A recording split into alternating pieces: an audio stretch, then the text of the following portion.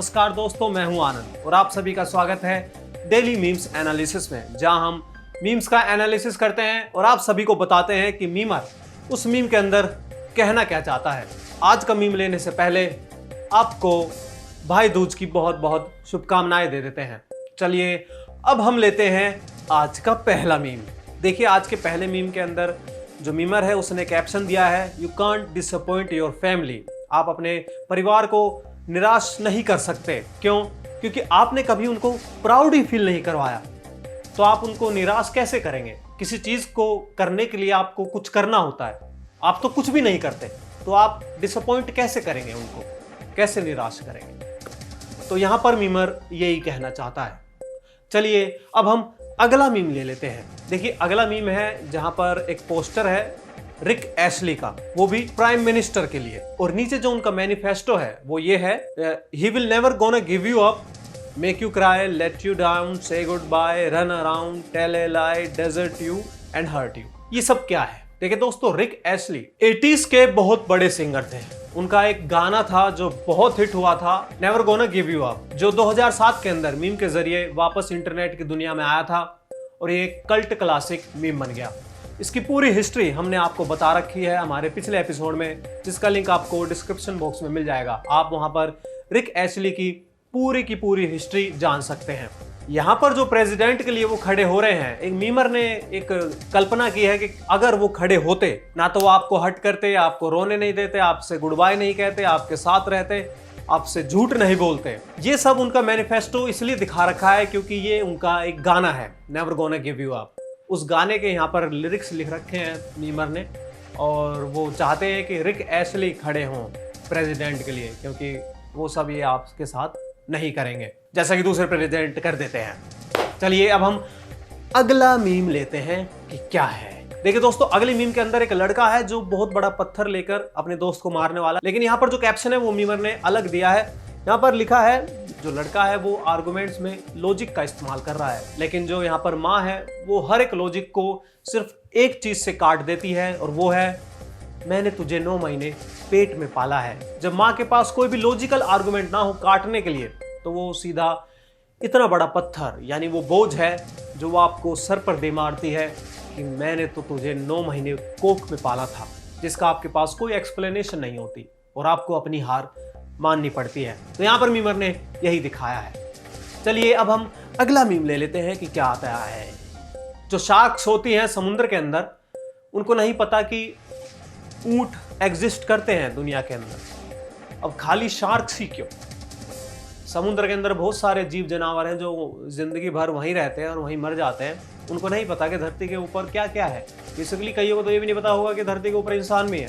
और ऐसे ही अगर हम जानवरों की भी बात करें तो उनको नहीं पता कि समुद्र के अंदर मछलियां हैं। इवन हम एक स्पेसिफिक चीज की बात करें तो शार्क है। तो यहाँ पर मीमर आखिर पता नहीं क्या कहना चाहता है, ये मुझे कुछ नहीं पता, लेकिन हाँ, इसमें ये लिखा हुआ कि ऊँटों को नहीं पता कि मछलियां हैं, मछलियों को नहीं पता कि ऊँट है दुनिया के अंदर एग्जिस्ट करते हैं। क्यों? क्योंकि वो एक दूसरे की जगह गए नहीं। समुद्र में ऊँट कहाँ जाता है, कहाँ? तो ये था मीम। चलिए अब हम अगला मीम ले लेते हैं, कुछ ढंग का मीम ले लेते हैं। देखिए दोस्तों, यहाँ पर एक मीमर है जो कहता है कि क्या तुम अपने पेट्रोल के पैसे देते हो? नहीं, मैं नहीं देता। उसने एक तरीका बताया है कि आप अपना जो आपकी टंकी है वो आप कैसे फुल रख सकते हैं हमेशा के लिए। आप जो वो सुई होती है, एम्प्टी और फुल वाली सुई, उसको आप फुल पर चिपका दें डक्ट टेप से, और आपका तेल कभी खत्म नहीं होगा। तो इसको देखने के बाद जो ऑयल कंपनी है वो आपकी लोकेशन जानना चाहती है। क्यों? क्योंकि राज खुल गया है। तो यहाँ पर वो इसलिए लोकेशन जानना चाहते हैं उस आदमी की जिसने ये सीक्रेट को उजागर किया है। और दोस्तों, पिछले एपिसोड में हमने आपसे एक सवाल पूछा था जिसका सही जवाब दिया है डेली प्रोडक्ट रिव्यू ने। बहुत बहुत बधाइयाँ आपको, बहुत बहुत बधाइयाँ। तो अब आपको मिलने वाला है एक वर्चुअल सरप्राइज DMA की तरफ से। तो आप उसे कैसे ले सकते हैं? आप हमारे पेज पर जाइए, पेज को लाइक कीजिए और हमें मैसेज कर दीजिए कि हाँ, मैंने सही जवाब दिया है, और आपको मिलेगा आपका अपना वर्चुअल सरप्राइज गिफ्ट। हमारे पेज का लिंक आपको डिस्क्रिप्शन बॉक्स में मिल जाएगा। चलिए अब हम अगला मीम ले लेते हैं कि क्या है। देखिए दोस्तों, यहाँ पर मीमर कहता है, आपको पिछला साल याद है जब सबसे घटिया जो चीज हुई थी वो हुई थी गेम्स ऑफ थ्रोन का फिनाले सीजन, जिसमें डेनेरीज को मार दिया जाता है जॉन स्नो के द्वारा और सब आउटरेज करने लगते हैं कि ये क्या करवा दिए, बकवास सीजन है गेम्स ऑफ थ्रोन का। तो सबसे घटिया चीज पिछले साल ये हुई थी, लेकिन 2020 के अंदर इतनी घटिया चीज हुई है, इतनी घटिया चीज हुई है कि आपने तो देखा ही है। पहले लॉकडाउन, फिर कोरोना, फलाना ढिकना, ये सब चीजें, आग, जंगल की आग, वर्ल्ड वॉर 3 और लड़ाइयाँ, ये वो बहुत कुछ हुआ है इस 2020 के अंदर। तो यहाँ पर मीमर ये याद दिलाना चाहता है कि जो सबसे घटिया चीज़ पिछले साल हुई थी वो गेम्स ऑफ थ्रोन का फिनाले सीजन था। तो यहाँ पर मीमर यही दिखाना चाहता है कि वो इतना घटिया भी नहीं था बनिस्बत 2020 के मुकाबले। चलिए अब हम अगला मीम ले लेते हैं कि क्या आता है। देखिए दोस्तों, यहाँ पर मीमर कहता है अपना टाइम आएगा, और जो मीमर का टाइम है वो कभी नहीं आएगा, क्योंकि उसका टाइम ये है, उसके पास टाइम ही नहीं है, वो सिर्फ पट्टा है, वहाँ पर टाइम है ही नहीं, गायब हो चुका है, तो उसका टाइम कभी नहीं आएगा। चलिए अब हम अगला मीम ले लेते हैं। दोस्तों, डीएमए के एक एपिसोड में हमने आपको डैड जोक्स के बारे में बताया था, यानी जो पिताजी चुटकुले मारते हैं, उनके वो स्पेसिफिक चुटकुले होते हैं जो पिताजी लोग अपने बच्चों को मारते हैं, और जैसे ही आप पिताजी बन जाएंगे आपको वो चुटकुले अपने आप ही माइंड में आने लगते हैं। तो यहाँ पर एक और डैड जोक है। यहाँ पर मीमर कहता है जब आप अपने पिताजी को कहते हैं कि मैं बाहर जा रहा हूँ और उसी टाइम मैं कुछ चीज़ भूल जाता हूँ, फर्ज कीजिए मैं वो चाबी भूल गया और चाबी लेने के लिए वो वापस आता है, तो बाप कहता है वेल दैट वाज फास्ट। यानी इसका मतलब ये है, यानी वो अपने पापा से कहता है कि अभी पापा मैं किसी काम से बाहर जा रहा हूँ, लेकिन वो उसी वक्त किसी चीज़ को वापस लेने के लिए आता है। तो बाप कहता है अरे वाह बेटा, बड़ी जल्दी आ गए तुम। लेकिन वो जल्दी वापस नहीं आया होता है, उसे चाबी चाहिए होती है। लेकिन ये बाप है, वो बाप लोग ऐसे चुटकुले मारते हैं, इसी को कहते हैं डैड जोक। तो अगर आपके पापा ने भी ऐसा ही कोई डैड जोक मारा है तो आप हमें कमेंट में जरूर बताएं, और हमारे चैनल को सब्सक्राइब करना बिल्कुल भी ना भूलें। हम ले लेते हैं अगला मीम।